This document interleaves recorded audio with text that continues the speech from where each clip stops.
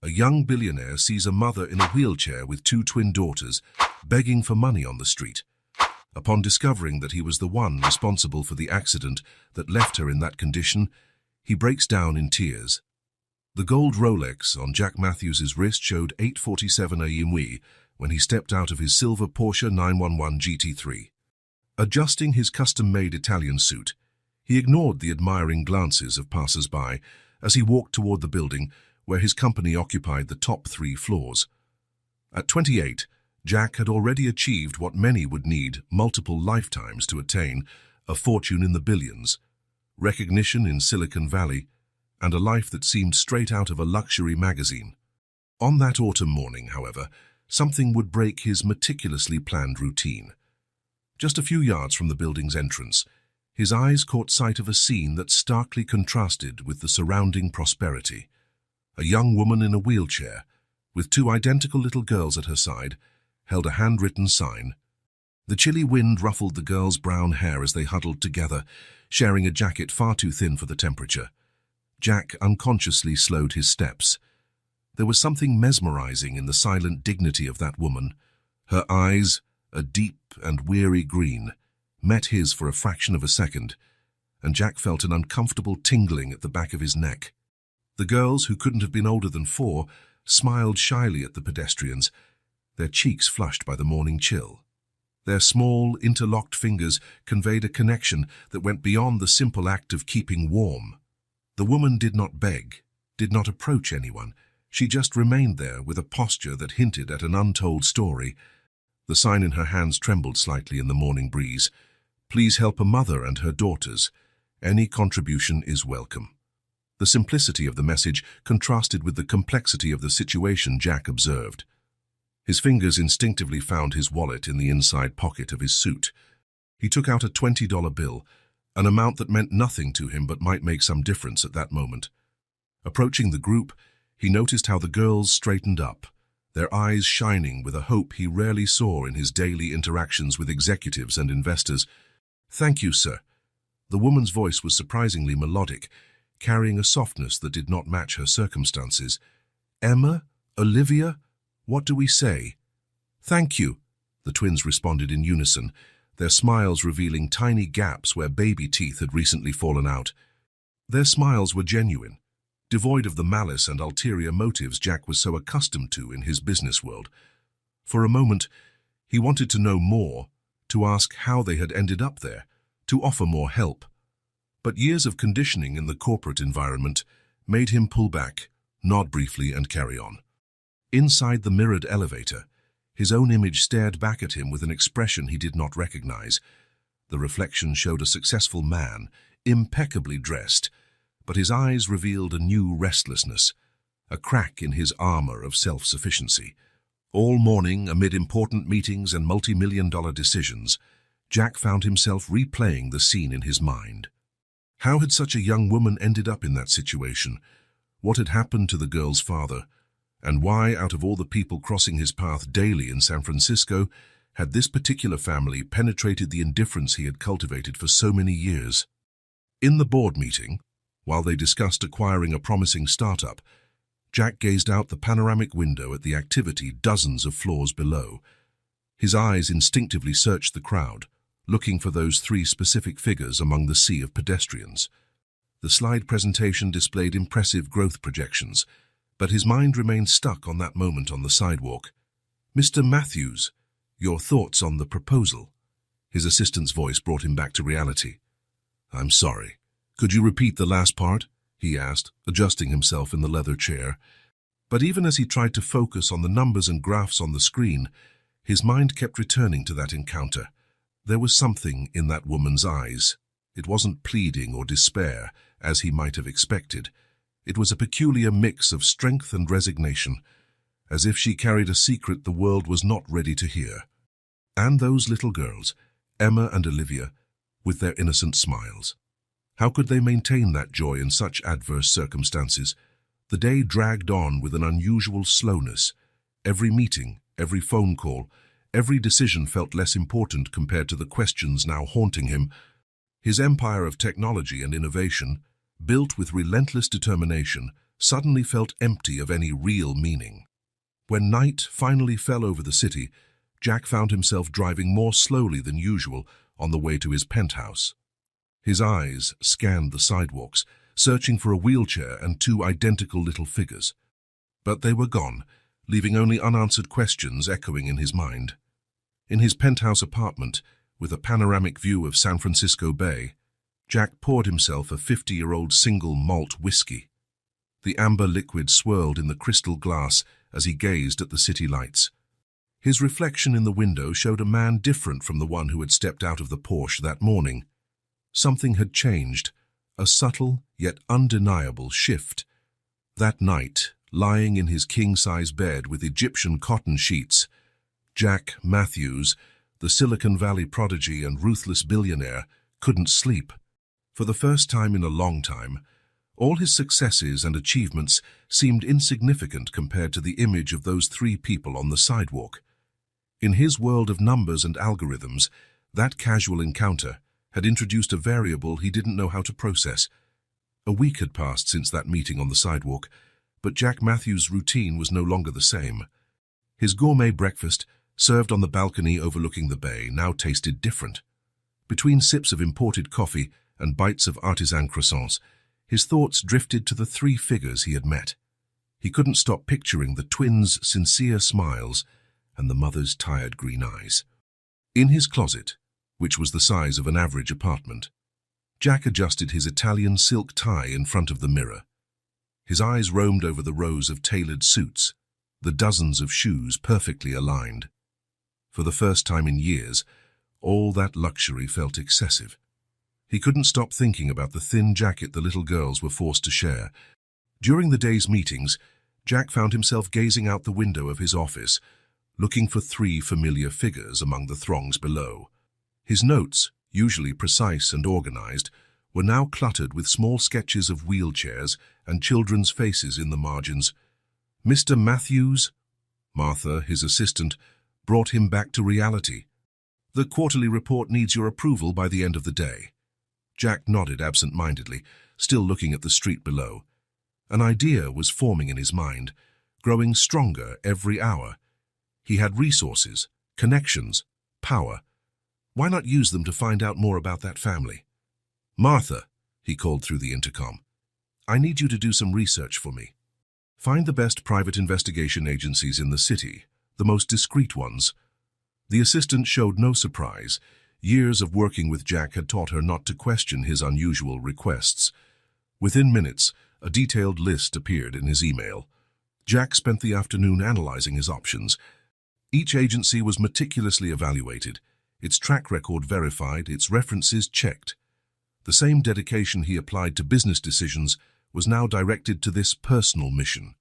By the end of the day, three names stood out on the list. Jack picked up the phone and made the first call. Marcus Reynolds, Private Investigations. A professional voice answered. Good afternoon. This is Jack Matthews. I have a delicate matter to discuss.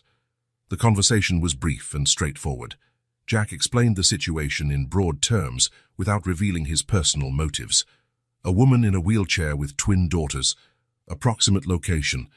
Times they were usually in that area. Basic information to start an investigation. In his penthouse that night, Jack looked at the city lights with a whiskey glass in his hand. The amber liquid remained untouched while his mind raced. Why was he doing this? What did he hope to find out? More importantly, what would he do with the information once he had it?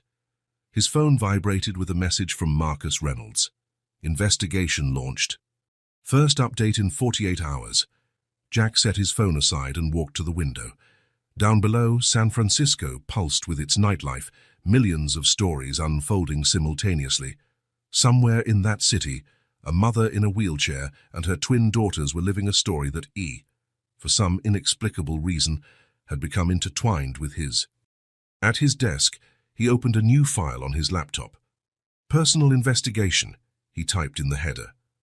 For a moment, his fingers hovered over the keyboard, hesitant. Years in the business world had taught him to be cautious, to keep emotional distance. But something about that family touched him in a way he couldn't explain. The next day, Jack arrived at the office earlier than usual. His eyes scanned the sidewalk where he had first seen them, but the spot was empty. He entered the building feeling a mixture of disappointment and relief. In 48 hours, he would begin getting answers to the questions that tormented him. During the board meeting, while discussing growth projections and market strategies, Jack discreetly scribbled notes in his notebook. Along with graphs and figures, he wrote down questions. Why that specific location? How long have they been in this situation? Where do they live? Any comments on the third-quarter projections, Mr. Matthews? One of the directors asked. Jack straightened in his chair, forcing himself to focus on the present. Please continue the presentation, he replied, putting his notebook away. But his mind was elsewhere, counting the hours until he received his first update from the investigation.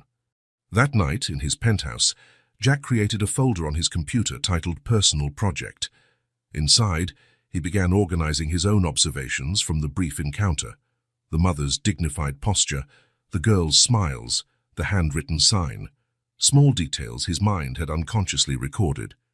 Lying in his king-size bed, Jack Matthews, Silicon Valley's ruthless billionaire, felt strangely vulnerable. For the first time in years, he was embarking on something he could not fully control, driven by an urge that defied his usual cold business logic. The Rolex on his bedside table showed 11:47 p.m. When he finally fell asleep, his dreams filled with images of smiling twins and green eyes that seemed to see beyond his facade of success.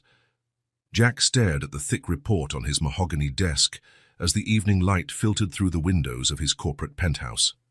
Marcus Reynolds had just personally delivered the first compilation of information on Sarah Thompson and her daughters. The pages before him contained far more than he had expected to find. As you can see, Mr. Matthews, the story is quite interesting, Marcus remarked, pointing to a particular photo.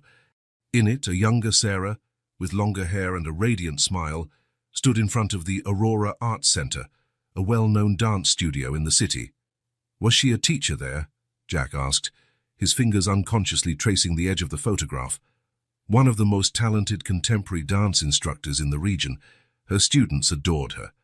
She organized charity performances and participated in state competitions. Some of her students went on to join professional companies. Jack flipped through several more pages of the report, coming across newspaper clippings. One headline read, "Charity performance brings together young dance talents." In the accompanying photo, Sarah stood surrounded by her students, her face lit by a passion Jack recognized. It was the same kind of energy he saw in entrepreneurs who were truly passionate about their projects. The accident happened 2 years ago, Marcus mentioned briefly before continuing with other details. Jack kept his attention on the more recent photographs, discreetly taken by investigators. In them, the twins played near their mother's wheelchair. Emma, identified by a colorful hair clip, chatted excitedly with a hot dog vendor. Next to her, Olivia held onto her mother's coat sleeve, watching the scene with curious, attentive eyes. The girls are quite different from each other, Marcus observed, noticing Jack's interest in the pictures. Emma is outgoing, makes friends with everyone on the street. She's always telling stories, asking questions. Olivia is more reserved, but very observant. She looks after her sister in her own quiet way. Jack nodded, recalling the brief moment he had seen them. Now he understood better the little details he had noticed, how Emma smiled openly, while Olivia offered only a shy grin. "We managed to find some videos from the Arts Center," Marcus added, placing a thumb drive on the desk. "I thought you might be interested." Later, alone in his office, Jack plugged the thumb drive into his computer. On the screen, a different Sarah came to life. She moved with hypnotic grace, her body translating music into motion. In another recording, she guided a group of teenagers, her voice brimming with enthusiasm as she explained a complex sequence of steps. The report detailed how Sarah was known for her dedication to her students. She gave extra lessons to those who couldn't afford them, organized charity performances, and always found time for individual coaching sessions. After the accident, Marcus explained, her medical bills drained all her savings. Insurance barely covered the essential procedures. She tried giving some private theory lessons at home during recovery, but her physical condition— Jack made a few notes in his leather-bound notebook, numbers, dates, facts. It was easier to process everything as objective data, as if it were just another business analysis. But something in the story eluded the coldness of numbers. The report also included information about the family's current routine. Sarah woke the girls at 6:30 a.m. every day. Emma always insisted on choosing her own clothes, while Olivia quietly wore whatever her mother picked out. By 7:15, they set off for the local public school, a journey that took 40 minutes because of sidewalks poorly adapted for wheelchairs. Emma talks to everyone along the way, said the report. She greets shopkeepers, asks passers-by questions, comments on the weather. Olivia stays close to the wheelchair, always keeping an eye out for obstacles in her mother's path. Jack found himself smiling as he read about how Emma had convinced a fruit vendor to give her sister an extra apple, simply because she complimented the colorful display. Olivia, on the other hand, had noticed when her mother's wheelchair needed an adjustment, and found a bicycle mechanic who fixed the issue free of charge. The sun had already set by the time Jack finished reviewing all the material. His whiskey, poured hours before, remained untouched on the table. The final pages of the report contained financial information, overdue bills, medical debts, rent always on the brink. "Anything else I should look into, Mr. Matthews?" Marcus had asked before leaving. Jack hesitated. There was much more he wanted to know, but something held him back from going too deep. Maintaining a professional posture, he replied, "Keep monitoring. I want weekly updates." Now, alone with his thoughts, Jack moved to his office window. Below, the city was lighting up for the night. Somewhere in that vast urban landscape, Sarah Thompson was likely helping her daughters with their homework, or maybe telling a bedtime story. A recording of Sarah's old performance still played quietly on his computer screen. Her graceful movements contrasted sharply with his current image of her, confined to a wheelchair. Yet there was something in her eyes that remained unchanged, a resilience that even tragedy couldn't extinguish. Jack closed the video file and began methodically organizing all the materials into a folder. Numbers, facts, stories, all categorized with the same efficiency he used in his business dealings. But for the first time in his career, he felt that the data in his hands told more than just a simple tale of success or failure. Before putting away the last photo, his gaze lingered again on the twins, Emma with her wide smile and Olivia with her keen gaze. Two different sides of the same coin, united by love for their mother and by a strength he was starting to admire, even if he couldn't yet admit it to himself. The manila envelope on the table seemed heavier than it really was. Marcus Reynolds had just left Jack's office, leaving behind the final report of the investigation. "There's something you need to see," were his last words, spoken with unusual gravity. Jack poured himself a glass of water, ignoring the whiskey he would usually choose. His hands trembled slightly as he opened the envelope. The first page contained basic information about the accident: date, time, place, nothing he didn't already know. It was on the second page that his world began to collapse. Police report number 2023-1879, vehicle involved, Porsche Cayenne, license plate, JKM 4721, registered owner, Jack Matthews. Note, driver left the scene without rendering aid. The glass slipped from his fingers, shattering on the floor. Jack felt the air leave his lungs as fragments of long-repressed memories started to surface. The night of the accident, dinner with investors, countless glasses of whiskey, his wounded pride when someone suggested he shouldn't drive. "No," he murmured, running his hands over his face. "It can't be." But it was. The following pages contained all the details his mind had worked so hard to forget. He had insisted on driving, ignoring the protests of his colleagues. The world was spinning slightly, but his ego refused to allow him to call a driver. Jack stood up abruptly, walking to the window. His reflection in the glass showed a man he barely recognized. That fateful night, in his drunken state, he had lost control of the car, the impact, the sound of twisting metal, and then he fled. He had simply started the car again and driven off, leaving behind a family in shambles. The images now returned in painful flashes. Through the rearview mirror, he had seen the emergency lights arriving but didn't stop. His lawyer handled everything the next morning. keeping his name out of public records. An administrative matter, the man had said. Jack never asked questions. He never wanted to know who he had hurt. "Oh my God," he whispered, pressing his forehead to the cold glass. "What have I done?" His legs buckled. Jack slid to the floor, his back against the wall. Tears he hadn't shed in years began to flow freely. In his mind, he saw Sarah dancing in the videos he had watched, her body moving with a grace he had robbed from her forever.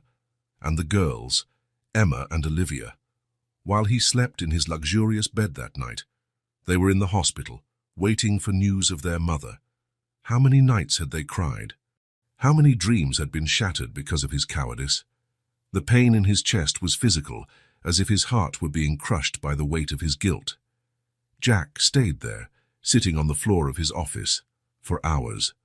The sun set, and the automatic lights turned on, illuminating him in the same position.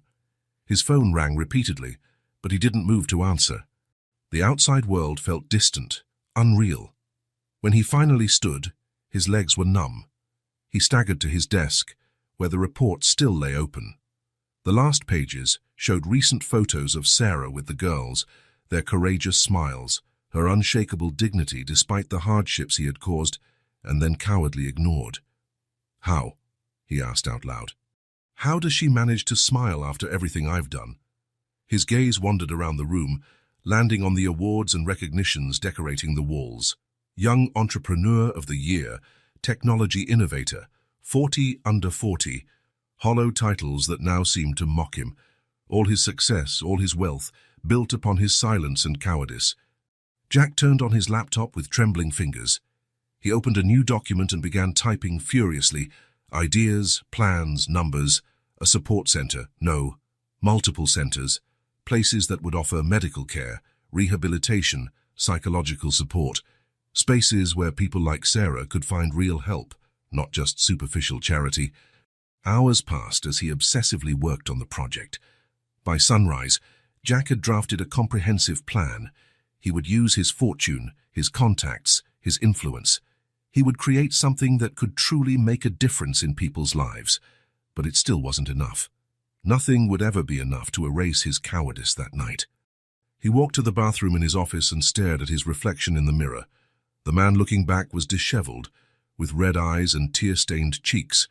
He was no longer the ruthless tech billionaire, the Silicon Valley prodigy. He was just a coward, facing the consequences of his actions.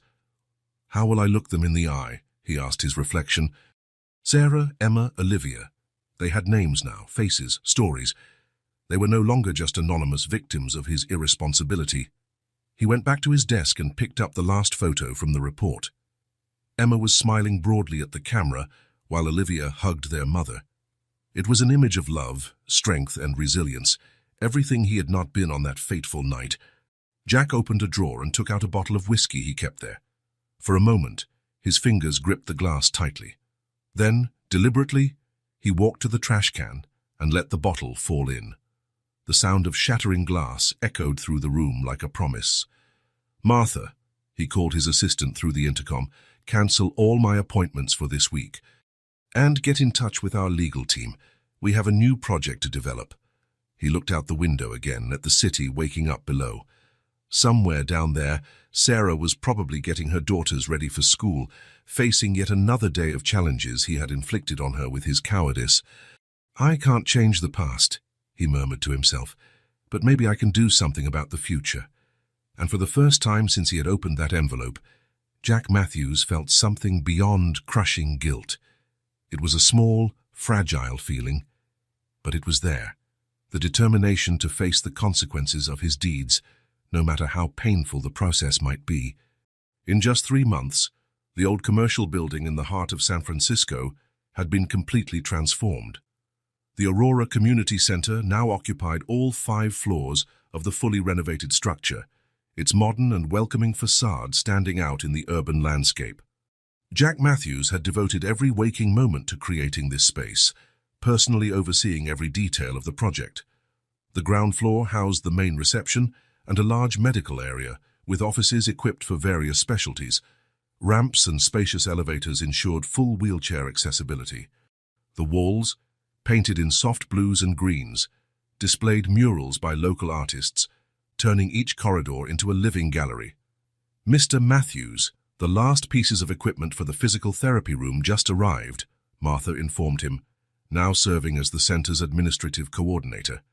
Jack nodded, observing the technicians installing state-of-the-art equipment. On the second floor, the daycare center was already in full swing. Children's laughter echoed through the halls as trained educators led fun and educational activities. The space had been designed to accommodate kids of different ages and needs, so parents could participate in the center's programs without worry. The third floor was dedicated to professional training.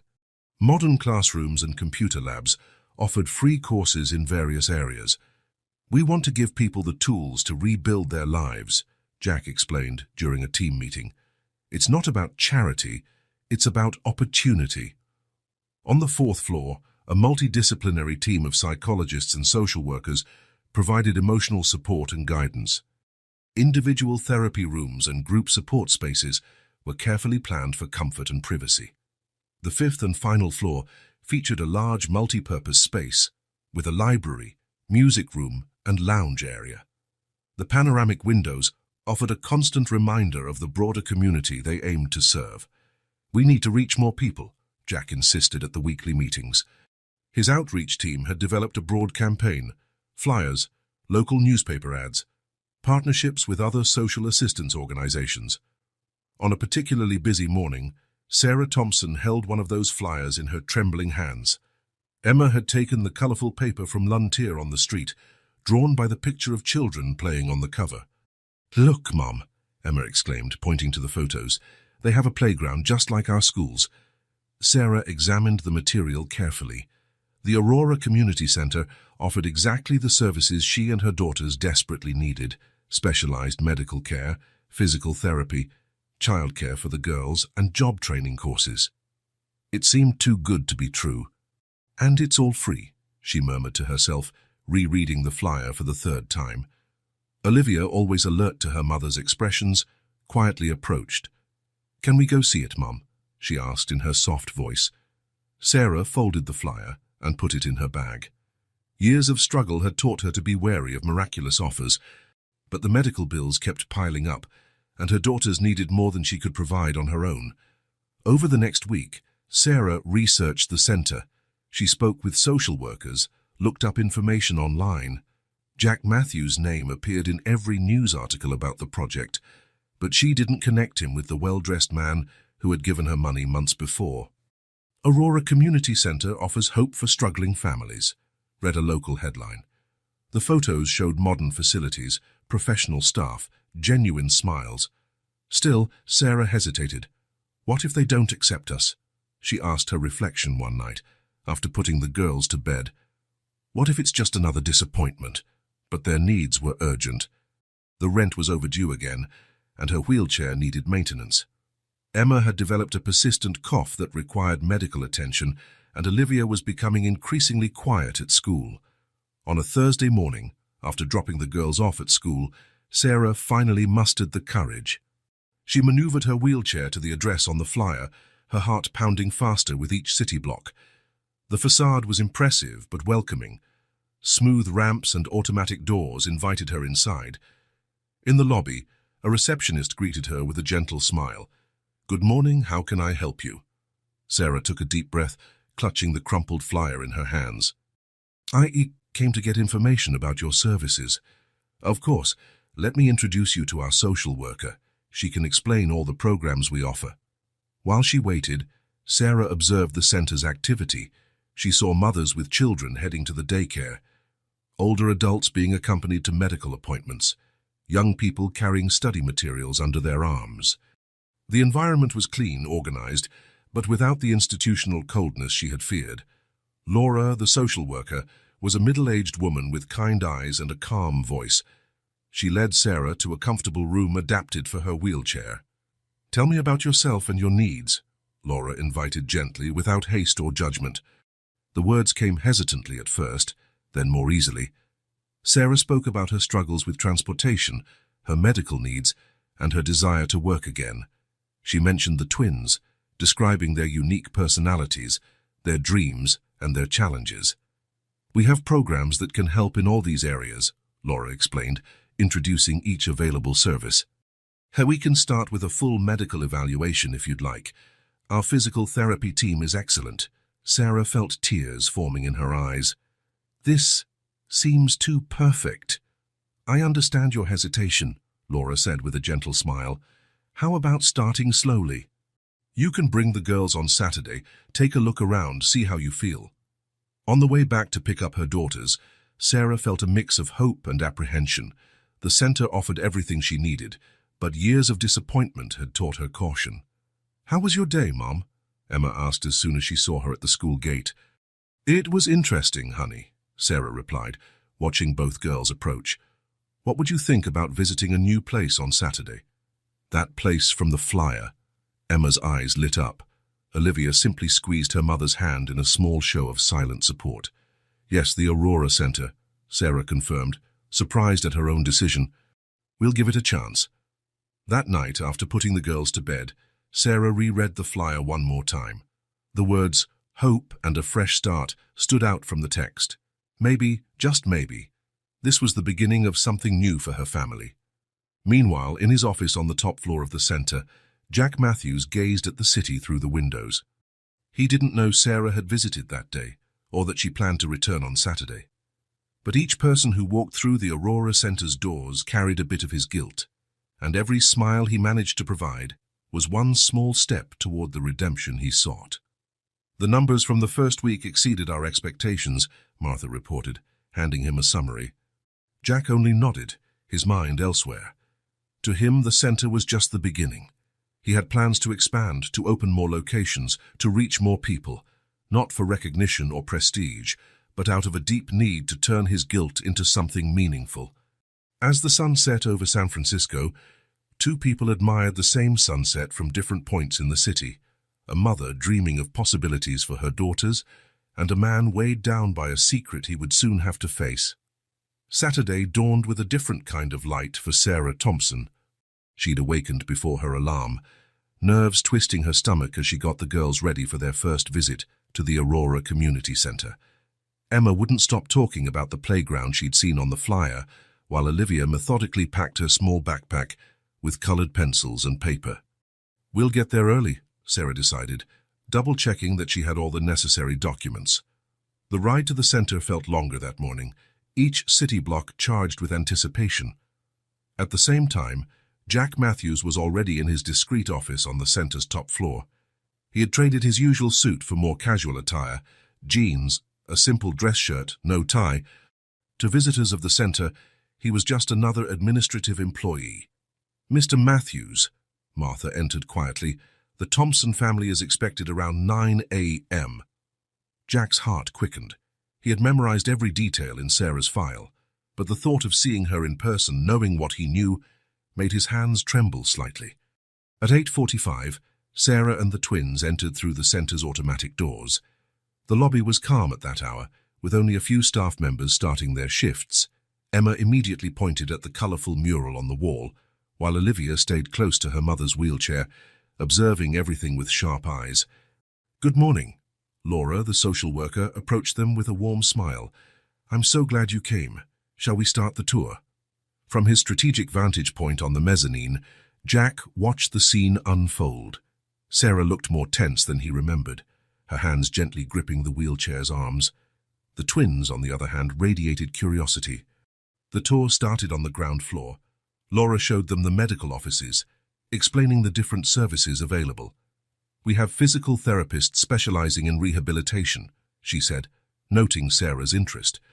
"We can schedule an evaluation today if you like." Emma let go of her mother's hand to examine a human anatomy model in one of the rooms, asking questions that made the staff smile. Olivia, meanwhile, carefully took notes in her little notebook. On the second floor, the daycare center prompted different reactions from the twins. Emma ran straight to the play area, while Olivia watched the reading corner with interest.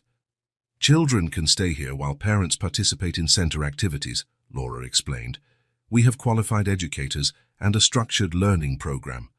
Jack Mabait, who had discreetly come downstairs to get a closer look, felt a lump in his throat seeing Emma laughing with other kids.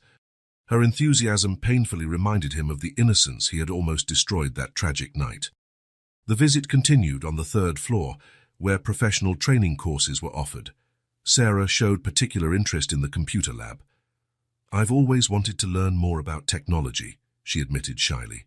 "We have basic and advanced courses," Laura replied. "We provide all the necessary materials." On the 4th floor, dedicated to psychological support, Olivia surprised everyone by asking a question. "Do people come here when they're sad?" Laura knelt down to meet the little girl's eyes. "Yes, sweetheart. And also when they need to talk or understand their feelings better." Jack, following at a distance, felt his eyes burn. Olivia's sensitivity was astounding for such a small child. The 5th floor, with its library and lounge areas, was what Sarah seemed to appreciate the most. Through the windows, one could see the entire city. "It's like being closer to the sky," Emma whispered, pressing her nose against the glass. "We can start with physical therapy sessions twice a week," Laura suggested when they returned to the reception desk. "The girls can stay in the daycare while you're at your appointments." Sarah hesitated for a moment, her hands restless on the wheelchair's wheels. "And how much does all of this cost?" "Absolutely nothing," Laura smiled kindly. "The Aurora Center exists to help people like you, Sarah." Watching from afar, Jack saw Sarah's shoulders relax slightly. A single tear slipped down her face before she discreetly wiped it away. The following Monday, Sarah started her first physical therapy session. The twins were greeted at the daycare with open arms. Emma immediately became the center of attention with her stories, while Olivia found peace in the small children's library. In the weeks that followed, Jack maintained a silent watch. He observed from afar Sarah's progress in therapy, the way her face lit up when she managed a new movement. He saw Emma making friends with her outgoing personality, and Olivia slowly blossoming in her own quiet way. Every time the girls laughed, Jack felt a dagger in his heart. Every smile from Sarah was a reminder of what he had taken from her. But there was also something else, a faint hope that, in some way, the center was making a difference. "The Thompson twins are remarkable," commented one of the educators in a meeting. "Emma has a natural musical talent, and Olivia, well, she's already reading above her grade level." Jack merely nodded, storing every bit of information like a precious and painful treasure. In his office, he kept a folder with the family's progress reports, documenting each small achievement meticulously. A month after starting therapy, Sarah was already showing significant improvement. She sat up straighter, moved more confidently. The twins were thriving as well. Emma had joined the children's choir, while Olivia joined a small writers' club. On a particularly sunny afternoon, Jack was in his office watching as Sarah and the girls enjoyed a picnic in the center's garden. Emma spun around her mother, telling an animated story, while Olivia quietly drew in her notebook. Their laughter drifted up to him through the open window. The scene was so domestic, so full of life, that Jack felt his chest tighten. There they were, 3 people whose lives he had irreversibly changed, finding joy despite everything, because of everything. "Mr. Matthews," Martha interrupted his thoughts, "the monthly reports are ready for your review." Jack nodded, reluctantly stepping away from the window. The numbers on the report showed the Aurora Center's success. Hundreds of people served, dozens of uplifting stories. But for him, the entire project boiled down to 3 smiles in the garden. That evening, before leaving the center, Jack passed through the empty daycare. On the wall, among other drawings, he found one by Emma, a bright rainbow over what looked like the Aurora Center. Next to it was a carefully written text by Olivia. "A place where Mom smiles more." Jack touched the drawing lightly, feeling the weight of his actions and the responsibility of his redemption.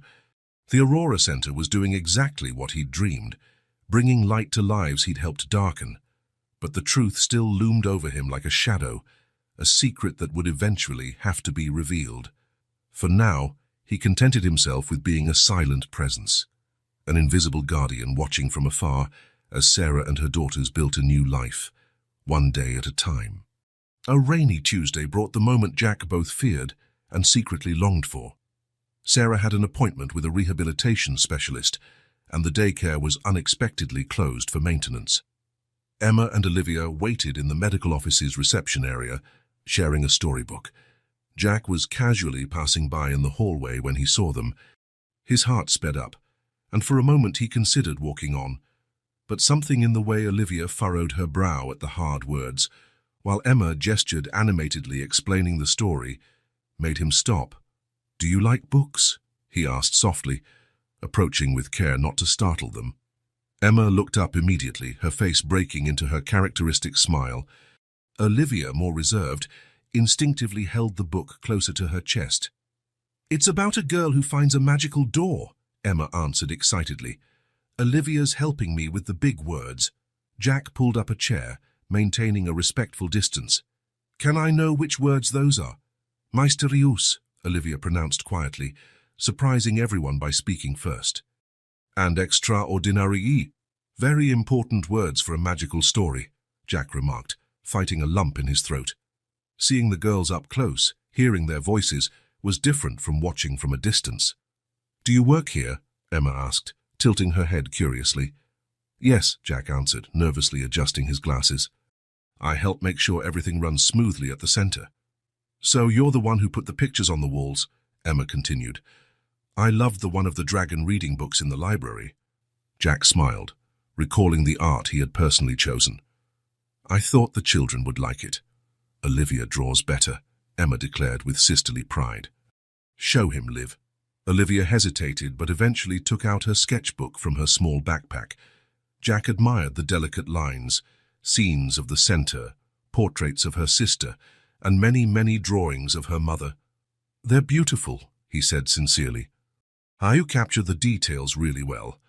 Mom says Olivia sees things other people don't notice," Emma explained, putting her arm around her sister's shoulders. "And you, Emma, what do you like to do most?" Jack asked, noticing how the girl practically vibrated with pent-up energy. "Telling stories and singing. I joined the choir. Did you know? We're having a Christmas concert." Her enthusiasm was infectious. "I wish Mom could dance again so she could watch a—" Jack's smile faltered for a moment. Olivia, ever perceptive, noticed the change in his expression. "Are you sad?" she asked in her gentle voice. "Sometimes grown-ups get sad thinking about grown-up things," Jack replied, trying to keep his voice steady. "But tell me more about the Christmas concert." Emma launched into a detailed description of rehearsals, the songs chosen, the costumes planned. Olivia occasionally added details her sister forgot, the two working in perfect tandem. "Mom cries sometimes," Olivia said suddenly, during a pause in Emma's narrative. "When she thinks we're not looking." Jack felt as though all the air had been sucked from his lungs. "What do you do when that happens?" "I tell funny stories," Emma answered immediately. "And I draw pictures," Olivia added, "until she smiles again." Jack struggled against the tears threatening to form. The girls' resilience, their devotion to their mother, was both inspiring and devastating. "You're both very special," he said, his voice slightly hoarse. "Our teacher said we're like two parts of the same star," Emma said proudly. "Different, but we shine together." "And your mum, does she like the center?" Olivia nodded solemnly. "She smiles more here." "And the exercises are helping," Emma added excitedly. "Yesterday she managed to move her toes, just a little, but she was so happy." Jack absorbed every word, every expression. It was so different from reading about their progress in medical reports. He could see the genuine joy on the girls' faces as they described their mother's small victories. "Sometimes I'm scared," Olivia confessed quietly, surprising both Jack and Emma. "What are you scared of, sweetheart?" Jack asked gently. "That one day we won't be able to come here anymore. That it'll be like it was before." Emma immediately hugged her sister. "But now it's different. The center is magical, isn't it, mister?" "John," Jack improvised quickly. "You can call me John, and you don't have to be afraid. This center will always be here for you." It was a promise he intended to keep at any cost.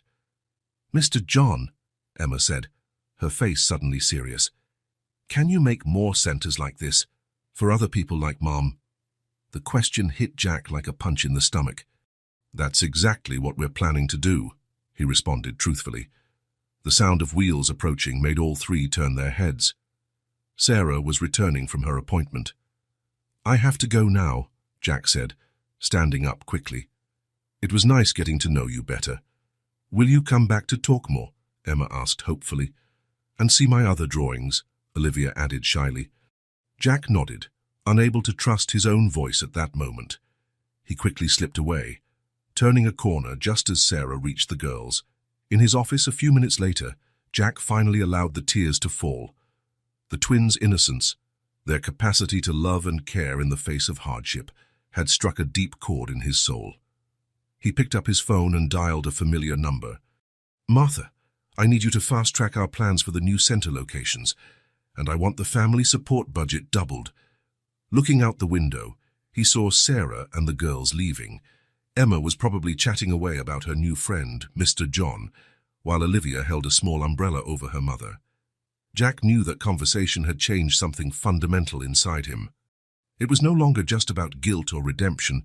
It was about ensuring those girls, and many other children like them, would never again have to fear what tomorrow might bring. Jack couldn't sleep that night. The twins' voices echoed in his mind, each word a needle in his conscience. The way Emma spoke of her mom dancing again, Olivia's quiet admission of nightly fears, all of it swirled in a vortex of guilt that threatened to consume him. In his penthouse, he paced back and forth, replaying every moment of their encounter. Emma's confident smile, Olivia's detailed sketches. How could he pretend to be just John, an ordinary staff member at the center, when his actions had forever changed these children's lives? Sarah also struggled to sleep that night. Something about the man talking to her daughters unsettled her. There was a familiarity in his face, a disturbing feeling that she should recognize him. "He was really nice, Mom," Emma had said excitedly on the way home. "He said he's going to build more centers to help people. And he liked my drawings," Olivia added softly, a small smile brightening her usually serious expression. Sarah couldn't explain her discomfort. The man seemed genuinely interested in her daughters, and the twins clearly felt comfortable with him. But there was something in his eyes, a deep sadness, a barely disguised guilt that disturbed her. The next morning, Jack arrived at the center even earlier. His deep-set eyes and trembling hands didn't go unnoticed by Martha. "Mr. Matthews, are you all right?" she asked, clearly worried. "Just a rough night," he answered automatically, though he knew it was much more than that. The mask he'd worn for so long was starting to crack. During the morning team meeting, Jack could barely concentrate. Every mention of rehabilitation programs brought Sarah to mind. Any discussion about children's activities triggered images of the twins. "We need to expand the psychological support program," he said abruptly, interrupting a budget discussion, "and I want daily reports on the Thompson family's progress." His obsession was becoming obvious. The staff exchanged concerned glances, but no one dared challenge him. In the hallway later, Jack almost collided with Sarah. She was leaving her physical therapy session, and he was too distracted to notice her approach. "I'm sorry," he muttered, helping stabilize her wheelchair. Their eyes met for a brief moment, and Jack felt his heart stop. "You're John, right?" Sarah asked, a slight frown indicating she was trying to place him in her memory. "My daughters talked a lot about you." Jack could only nod, his throat suddenly dry. Up close, he saw the faint lines of worry around her eyes, the marks his irresponsibility had left behind. "They are special kids," he managed to say, his voice husky. "They really are," Sarah smiled, the same smile he'd seen in the videos from before the accident. "They've helped me so much since—" She didn't finish the sentence, but she didn't have to. Jack felt the weight of that silence like an accusation. "I have to go," he blurted out, practically running to his office. Locked in his room, Jack felt like he was suffocating. He picked up his phone, his fingers hovering over his lawyer's number. It would be so easy to keep hiding the truth, to maintain the facade of an anonymous benefactor. "Mr. Matthews?" Martha's voice through the intercom startled him. "The kids in the choir are rehearsing in the multi-purpose hall. Emma Thompson asked if Mr. John could come watch." "Tell her I'm busy," he replied harshly, hating himself for letting the child down. The hours dragged. Jack cancelled all his appointments, claiming he felt unwell. In reality, He no longer trusted himself to remain composed. Every time he closed his eyes, he saw Emma's hopeful face, Olivia's observant stare. That night, alone in his penthouse, Jack poured himself a glass of water. He had banned all alcohol from his home since learning the truth. A commercial about safe driving came on the TV, and he quickly changed the channel. His phone buzzed with a message from Martha. Emma left a drawing for Mr. John. The attached photo showed a colorful illustration, 3 figures holding hands, with what appeared to be a guardian angel hovering above them. Jack dropped the phone, his hands trembling uncontrollably. What kind of guardian angel was he, having destroyed that family's life only to hide behind a false identity? The sound of rain against the windows transported him momentarily back to that fateful night. The crash, the headlights spinning in the darkness, his cowardly escape. "I have to tell them," he murmured for what felt like the 100th time. They deserved to know the truth. But each time he imagined doing so, he pictured Emma's smile vanishing, Olivia's accusatory gaze, and Sarah's disappointment and anger. How could he destroy the trust they had placed in Mr. John? In the following days, Jack became a ghost in the center.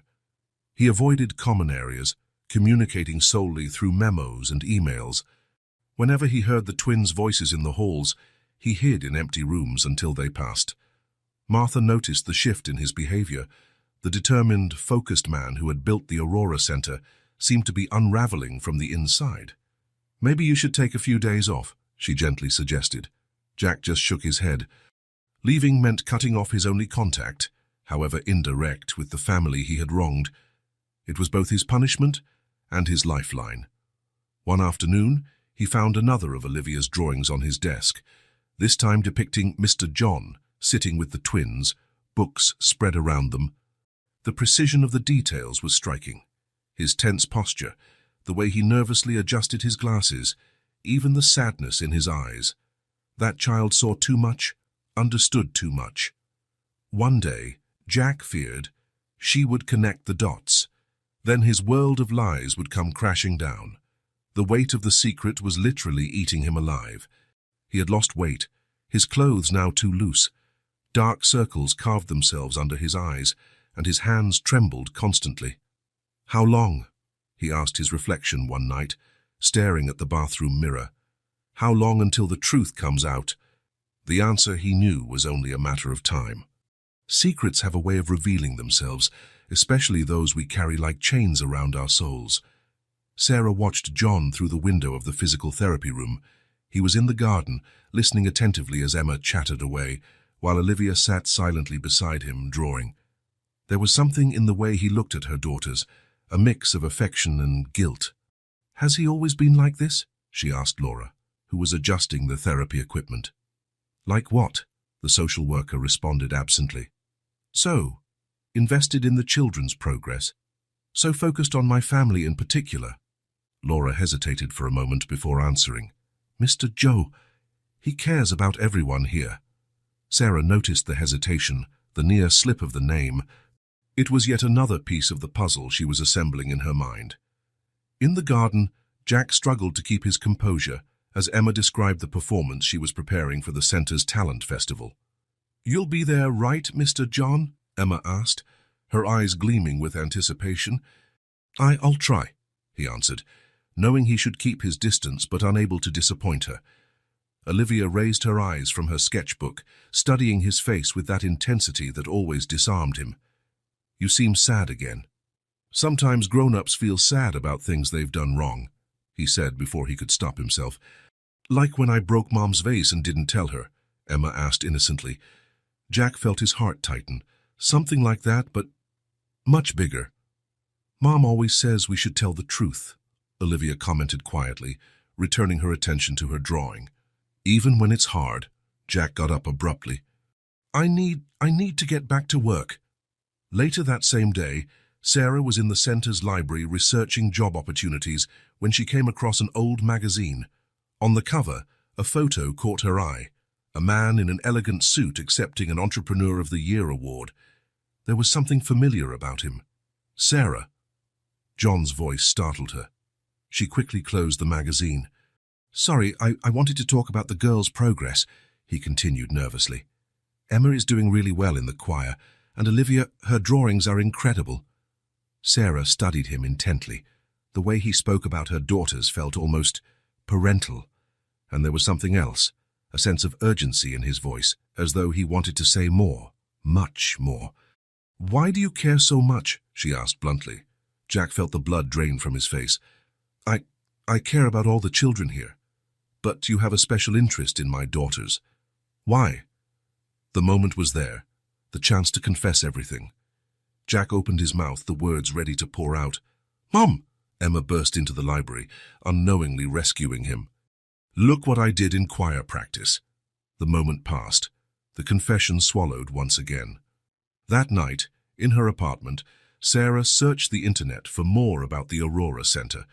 Most of the information was vague, mentioning only an anonymous benefactor. But in an older article, she found a photo from the grand opening. In the background, partially visible, was him, John, but wearing an expensive suit rather than the casual clothes he wore at the center. The next day, she watched him more closely. The way he moved around the center was not that of a mere employee. People treated him with a subtle deference, almost unconsciously. Mr. John, Emma called him at lunchtime. Can you sit with us? Sarah saw the conflict in his eyes, the desire to accept battling with something that looked like fear. Just for a moment, he relented, taking a seat at their table. During lunch, Sarah noticed how he knew her daughter's preferences. He knew Emma disliked carrots, that Olivia wanted her sandwich cut into triangles. How do you know so much about my daughters? She asked when the girls went to return their trays. I observe. It's my job to observe everyone in the center, he replied, but his voice trembled slightly. Sarah leaned forward. Who are you, really? Panic crossed his face for an instant before he regained composure. Just someone who wants to help.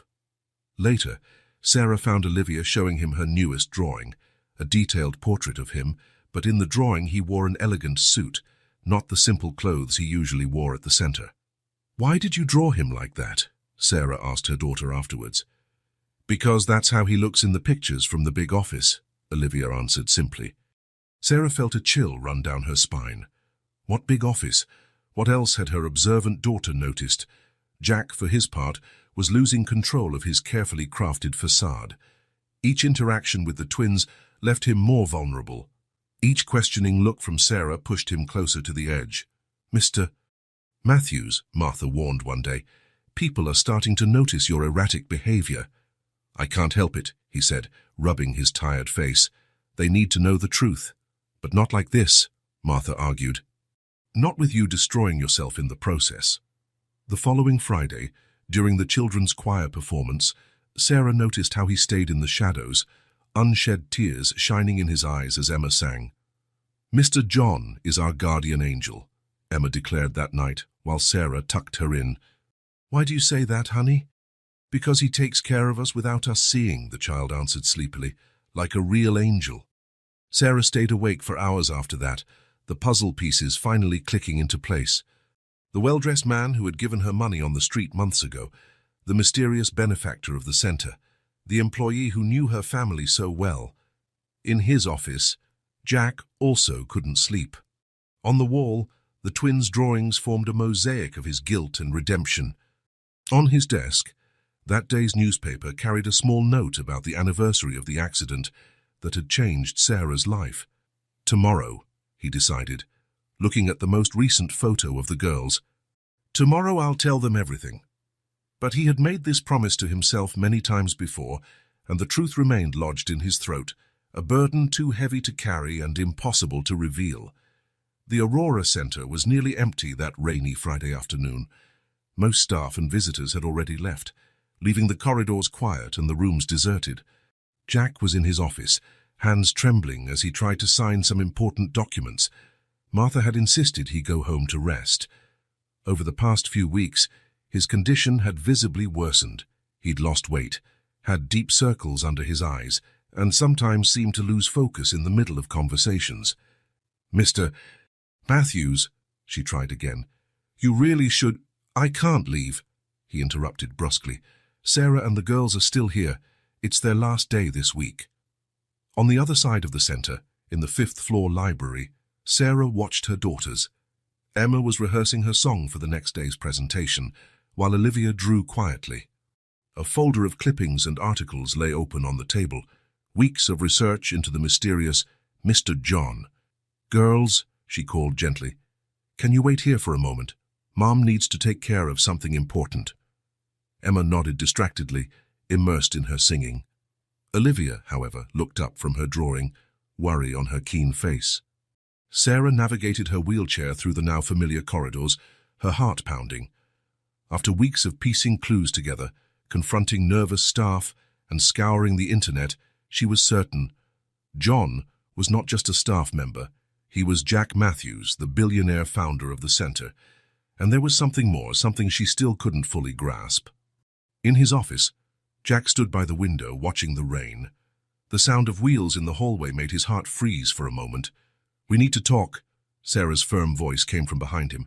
Jack turned slowly. "Sarah, No," she interrupted. "First, explain to me why billionaire Jack Matthews is pretending to be a simple employee at his own center." Blood drained from his face. "How?" It wasn't hard to connect the dots. What's hard is understanding why. Why this special interest in my family? Why the guilt in your eyes every time you look at my daughters? Jack stumbled to his chair, his legs no longer supporting him. I tried to tell you so many times." Small footsteps echoed in the corridor. Emma and Olivia, worried about their mother's delay, had decided to look for her. "What are you trying to make up for, Mr. Matthews?" Sarah pressed, her voice trembling slightly. "What's the real reason behind all of this?"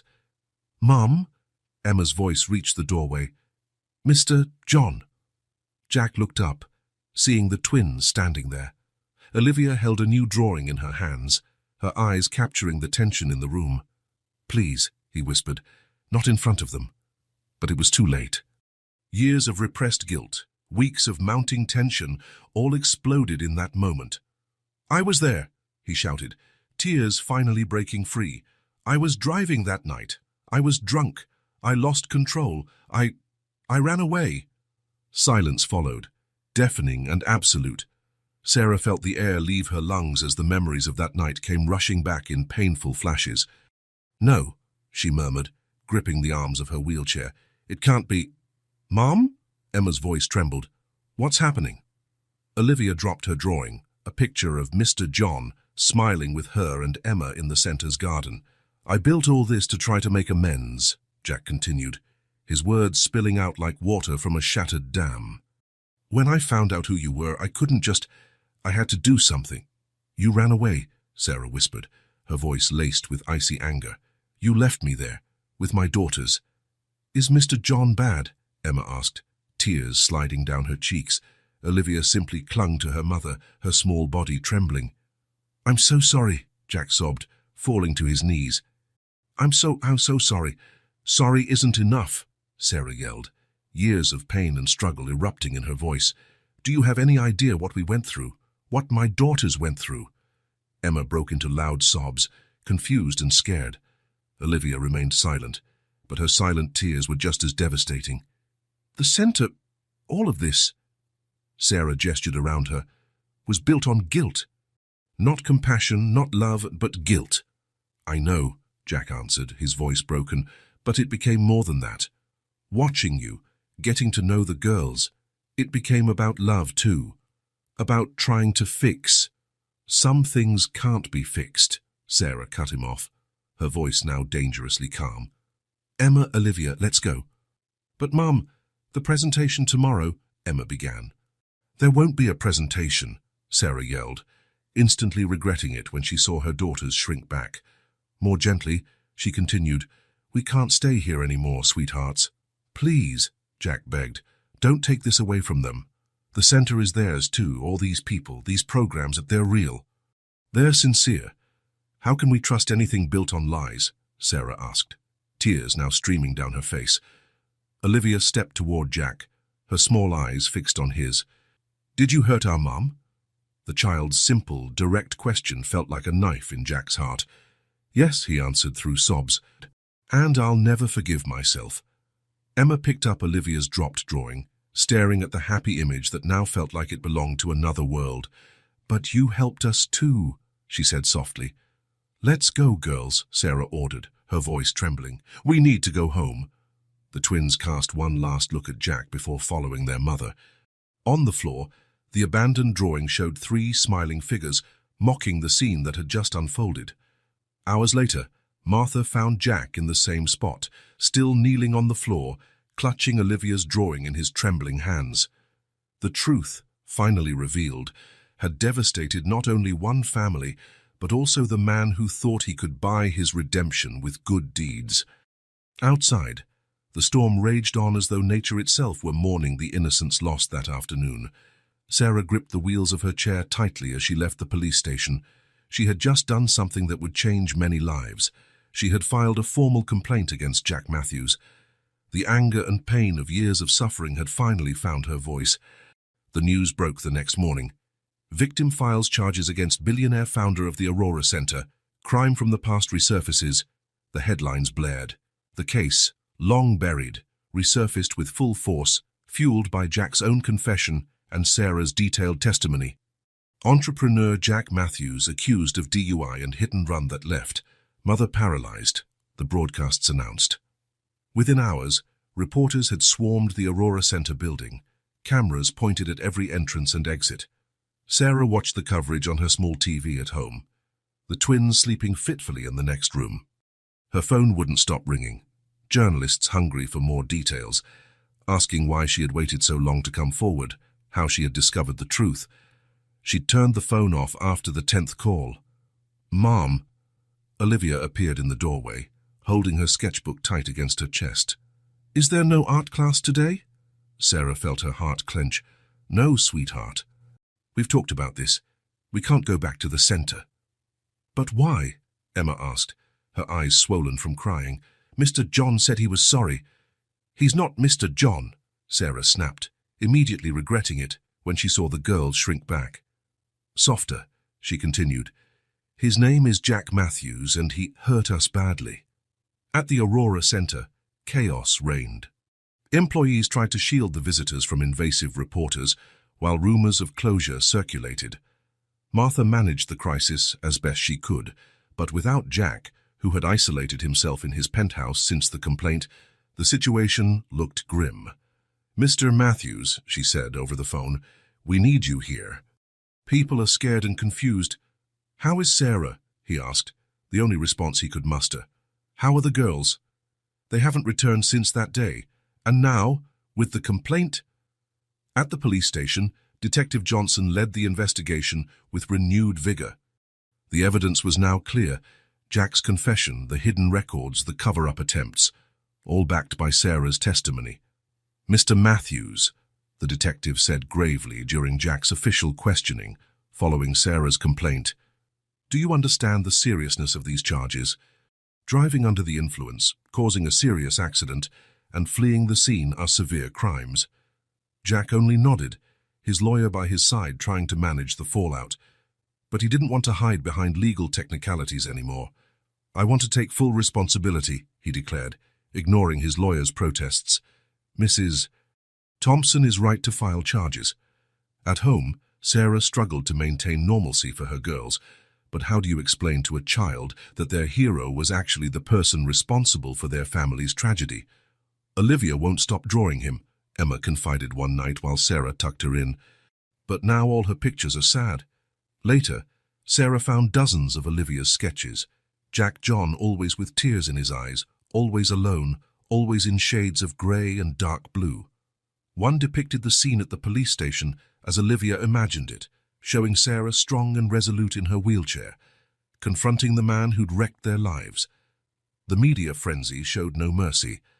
Every day brought new revelations about the accident detailed in Sarah's complaint, how it had been covered up, how much money had been spent to silence witnesses, how the Aurora Center had arisen from one wealthy man's guilt. But what about the people the center helps? Emma asked during dinner, surprising Sarah with her insight. Do they have to suffer now because of what he did? It was a question that haunted many. The Aurora Center had become a beacon of hope for hundreds of families. Its tainted origin and Sarah's complaint against its founder, did that condemn all the good it was doing? From his penthouse, Jack watched everything collapse. Water bottles piled up beside legal reports and newspaper headlines about Sarah's complaint. He hadn't touched alcohol since his confession, a final attempt to prove he had changed. "The twins keep asking about you," Martha said during one of her visits. "Emma dropped out of the choir performance. Olivia isn't drawing anything colorful anymore." Each word was a stab to his heart. Jack picked up one of Olivia's older drawings, him reading stories to the girls in the garden. It felt like a memory from another lifetime before the truth came out through Sarah's complaint. At school, the twins had their own battles. Some parents, upon discovering their connection to the high-profile case, kept their children away from them. Emma, usually so chatty, had become quiet. Olivia barely spoke. "I want to go back to the choir," Emma cried one night. "I want to show Mr. John I learned the whole song. I want to show him my new drawings," Olivia whispered, clutching her sketchbook. Sarah felt torn between the certainty that pressing charges against Jack was right and the pain of seeing her daughters suffer. The center had become more than a place for therapy. It was a second home, a community, a promise of a better future. One afternoon, an envelope arrived. Inside were a letter from Jack and a legal document transferring ownership of the Aurora Center to an independent foundation. "I understand your decision to file charges," the letter read. "It's your right, and I deserve the consequences. I can't undo what I did, but I can ensure the center continues to help people, no matter what happens to me. Its doors will always be open to you, even if I can never be there again." In court, days later, Jack pleaded guilty to all the charges Sarah had brought. The judge, considering his work with the Aurora Center and his voluntary confession, sentenced him to community service and a substantial settlement for the Thompson family. "Money won't fix anything," Sarah told her lawyer, "but justice needed to be served, and it can secure a better future for the girls." The media storm around the complaint eventually died down, leaving lives forever changed. The Aurora Center, now under new management, continued its work, though the twins' laughter no longer echoed in its corridors. In her sketchbook, Olivia drew one last portrait, her mother, strong at the police station, filing the complaint that would change their lives, with Olivia and Emma at her side, small but resilient. In the corner stood a solitary figure, Jack, watching from afar, regret and acceptance etched into his carefully drawn face. Underneath, in her childish handwriting, she wrote, "Sometimes the truth hurts, but lies hurt more." The courtroom was packed that morning. Outside, protesters held signs with conflicting messages, some demanding harsh justice for Jack Matthews, others defending the Aurora Center's continued existence. Sarah watched from the car window as her brother helped her with the wheelchair. "Are you sure you want to do this?" he asked, noticing her tension. Sarah nodded, her eyes fixed on the courthouse steps. The twins were with their aunt, shielded from the media circus their case had become. Emma had begged to come, but Sarah didn't want her daughters to witness this. Inside the courtroom, Jack Matthews sat beside his lawyers, looking like he'd aged years in a few weeks. His eyes briefly met Sarah's when she entered, before dropping to his clasped hands. "The state calls Sarah Thompson to the stand," the prosecutor announced. Sarah maneuvered her chair to the witness box, feeling the weight of hundreds of gazes on her. Among the spectators, she recognized faces from the Aurora Center, parents from the daycare, physical therapy patients, students from the job training courses. "Mrs. Thompson," the prosecutor began, "can you tell us about the night of the accident?" Sarah closed her eyes for a moment, the memories of that night flooding back with painful clarity. "I was driving home after a dance performance. The girls, only 2 years old then, were with the babysitter." Her voice stayed steady as she described the impact, the fear, the pain. How she had cried out for help, hearing only the sound of a car speeding away. "And how did you discover Mr. Matthews was responsible?" Sarah looked directly at Jack. "He confessed it himself, after months of getting close to my family under a false identity at the Aurora Center." A murmur rippled through the courtroom. The defense lawyer stood to begin cross-examination. Mrs. Thompson, how has the Aurora Center impacted your life and your daughter's lives? Sarah hesitated. This was the hardest part, acknowledging the good that had emerged from something so terrible. The center changed our lives, she finally admitted. It provided medical treatment I couldn't afford, an education for my daughters, a supportive community. And Mr. Matthews, even under a false identity, didn't he show genuine remorse and a desire to help? Objection, the prosecutor shouted, leading the witness. Sustained, the judge replied. Rephrase your question. But Sarah had already answered. Yes, he showed remorse. Yes, the center helped many people. But that doesn't erase what he did. Running away, hiding, lying for years. In the courthouse waiting area, Martha showed Emma and Olivia, via video call, how the Aurora Center was still running. The choir misses you, Emma, she said gently. And Olivia, your art teacher has kept your supplies just as you left them. The girls watched the screen, eyes brimming with tears. Mom said Mr. Matthews did something really bad, Emma commented. But he also did good things, Mouse, didn't he? Olivia, quiet as ever, showed her newest drawing. The courtroom split in half, light on one side, darkness on the other, with both worlds colliding in the middle. Back in the courtroom, experts testified about the Aurora Center's impact on the community. Impressive statistics were presented. Hundreds of transformed lives, dozens of social programs, millions invested in free assistance. The defendant may have acted out of guilt initially, argued the defense, but he turned that guilt into something extraordinarily positive for society. The prosecutor countered, good deeds afterward do not absolve past crimes. Mr. Matthews evaded responsibility, leaving a family in ruins, and only acted when his guilt overwhelmed him. Jack listened to everything in silence. When it was his turn to testify, his voice was ragged with emotion. I'm not here asking for forgiveness, he began. What I did that night is unforgivable. I ran away out of cowardice and fear, selfishness. The Aurora Center was born out of guilt. Yes, but it became something bigger than my own redemption. His eyes met Sarah's. I only ask that the center not be punished for my mistakes. Those people, those families, they don't deserve to lose this support because of my sin. Outside, the Aurora community held a vigil. People in wheelchairs, children from the daycare with their parents, elderly participants in health programs, all united in hope for the center's future. At home, Sarah found her daughter's drawing.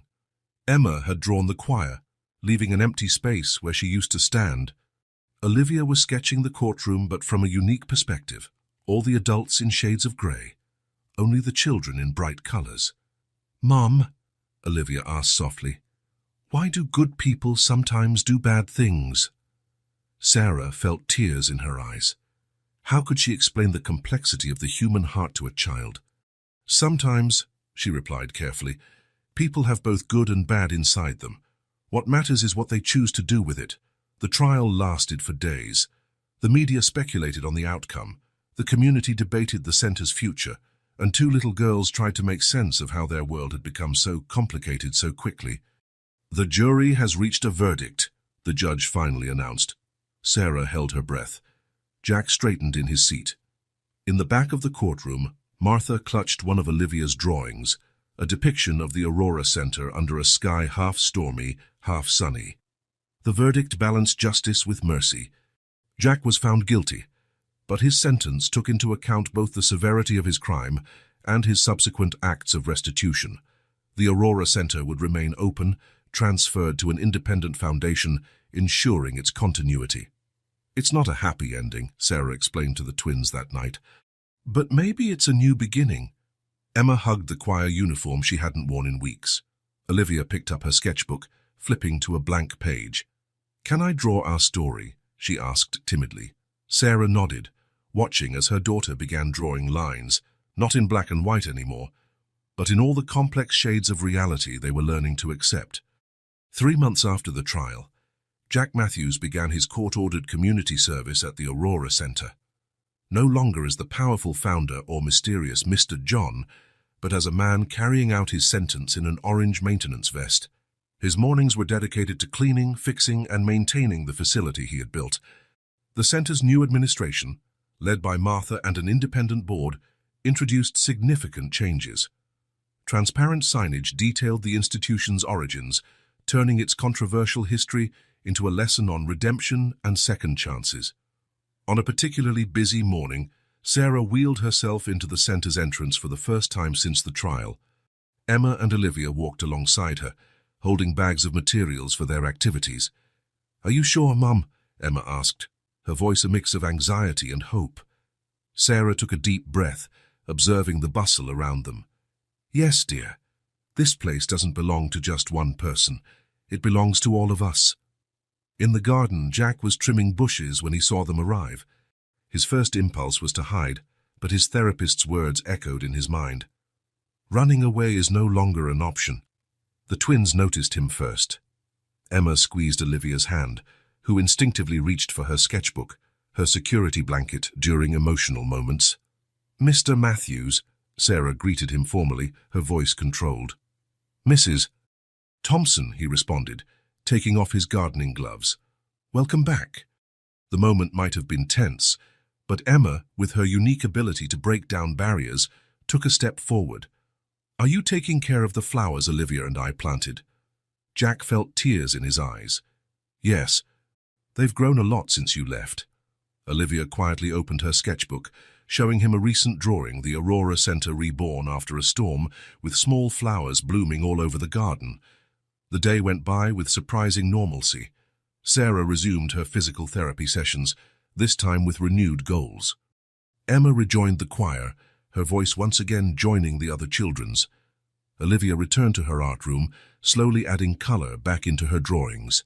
Jack kept a respectful distance, but his presence was felt in subtle ways: a repaired swing set, a better ramp for access, fresh flowers at the reception desk. "He's really trying," Laura told Sarah during a session. "Not for publicity or image, but in everyday details." Sarah watched through the window as Jack taught a group of volunteers how to care for the therapeutic gardens. "People can change," she said thoughtfully, "when they choose to face their actions instead of running from them." The twins were also processing the situation in their own ways. Emma wrote a song about forgiveness for the center's talent festival, its lyrics innocent yet profoundly moving. Olivia created a series of drawings showing the center's transformation, from initial chaos to the present harmony. "Mom," Olivia asked one night, "why do some people have to get hurt before they learn to do good?" Sarah pondered her observant daughter's question. "Sometimes, sweetheart, people only realize the impact of their actions when they face the consequences."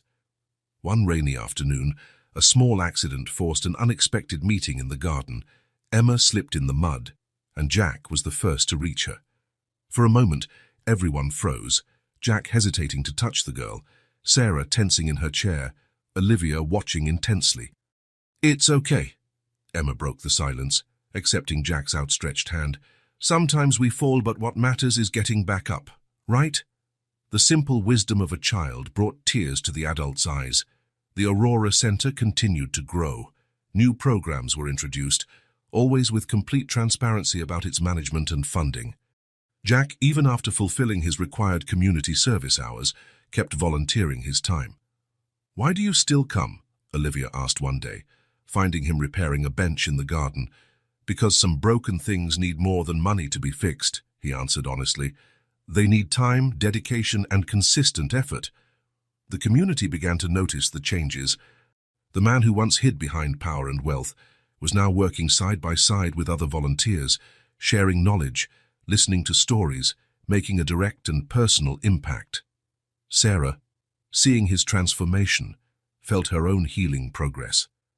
Her physical therapy sessions showed significant improvement, driven by renewed determination. "It's not about forgiving and forgetting," she explained to her daughters. "It's about not letting the past stop us from moving forward." On a special morning, the center hosted a garden planting ceremony. Each person present, patients, staff, volunteers, planted a seedling, symbolizing growth and hope. Emma chose a sunflower, because they always look for the light, she explained. Olivia planted lavender to bring calm on difficult days. Sarah selected a resilient climbing plant that would grow supported by the center's structure. Jack, quietly working in a corner of the garden, planted roses. "They have thorns," he told Olivia when she came over to watch, "to remind us that beauty and pain sometimes grow together." The day ended with a choir performance, where Emma sang her new song about forgiveness. In the front row, Sarah listened with tears in her eyes while Olivia sketched the scene. A portrait of the united community, each face unique, each story individual, all part of something larger than themselves. "The center is stronger now," Martha commented to Sarah. "More authentic." Sarah nodded, watching her daughters interact with other children, their laughter echoing through a place they had chosen not to abandon. In the garden, Jack continued his quiet work, planting seeds of change one small action at a time. Sometimes, Sarah reflected, the path to redemption isn't a highway, it's a series of small steps in the right direction. Olivia captured that moment in her final drawing. The Aurora Center no longer split between light and darkness, but bathed in the colors of dawn, with small figures working together to build something new on the foundations of the past. The Aurora Center bustled with activity that spring morning. Colorful banners announced the second annual Community Arts and Inclusion Festival, while volunteers rushed around making final preparations. On the main stage, 8-year-old Emma Thompson led the children's choir in a final rehearsal, her natural confidence apparent in every gesture. "Sing louder on the second verse," she directed the other kids, her enthusiasm now channeled into a natural leadership.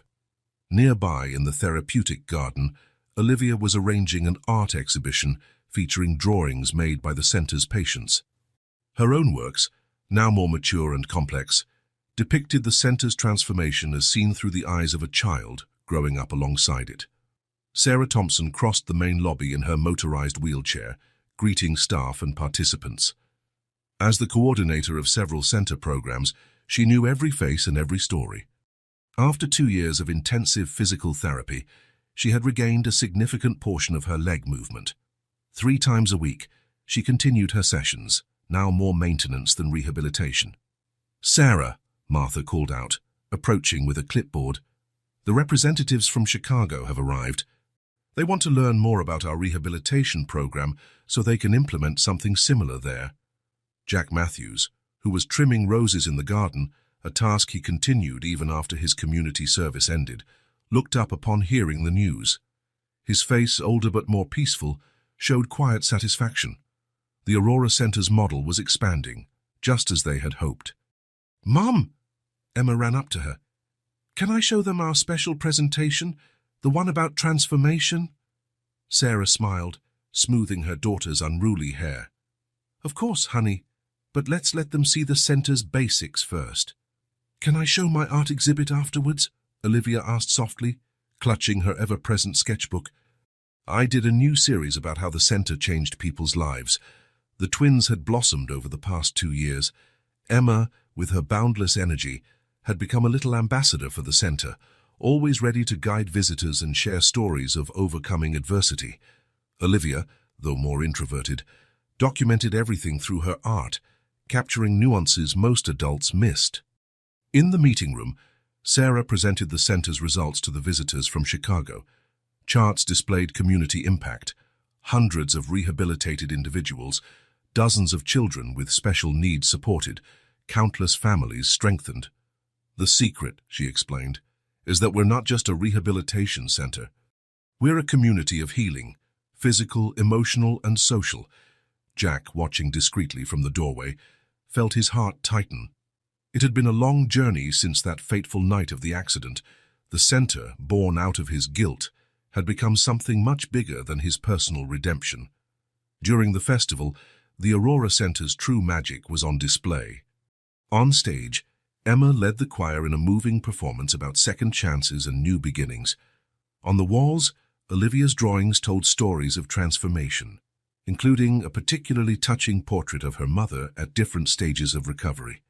"Sometimes it's still hard," Sarah confided to Martha, watching her daughters.